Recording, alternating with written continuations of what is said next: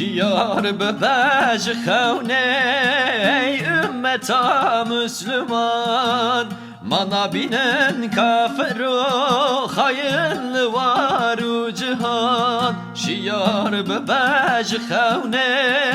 ey ümmeta Müslüman Mana binen kafir o hayırlı var u cihan ما او ارتامل هف تقسیم و پایی دکن دکوشم دعوت چیه ریا اسلام و قرآن ما او ارتامل هف تقسیم و پایی دکن دکوشم دعوت چیه ریا اسلام و قرآن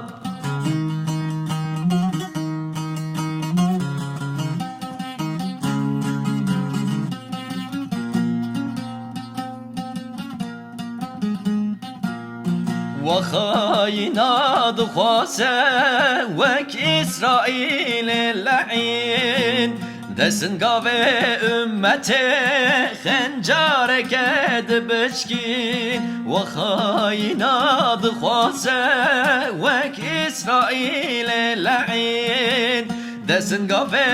أمته خنجار كد بشكين لسر عرتا فلسطين پشتی مسجدی اقصا دولتك يا باكش بوي فلا ويهوديان لسر عرتا فلسطين پشتی مسجدی اقصا دولتك يا باكش بوي فلا ويهوديان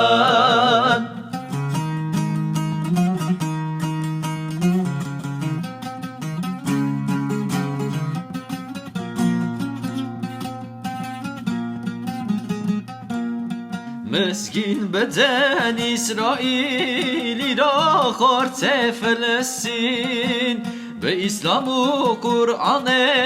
گرت نفر دو دستان مسكين بدن إسرائيل را خورت فلسطين بإسلام و قرآن گرت نفر دو دستان وكا خورت حماس و خورت افغانستان بمرانی خدانه بربار دعواگران وكا خورت حماس و خورت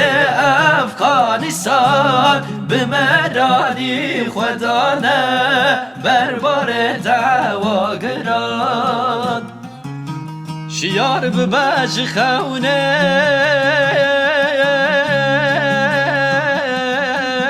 ای ümmeta Müslüman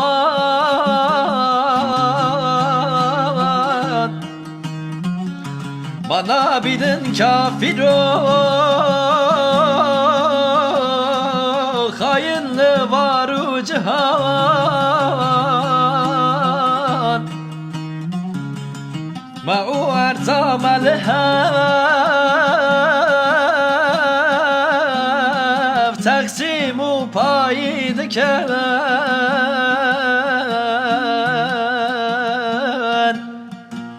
دکوشن دعوت چیه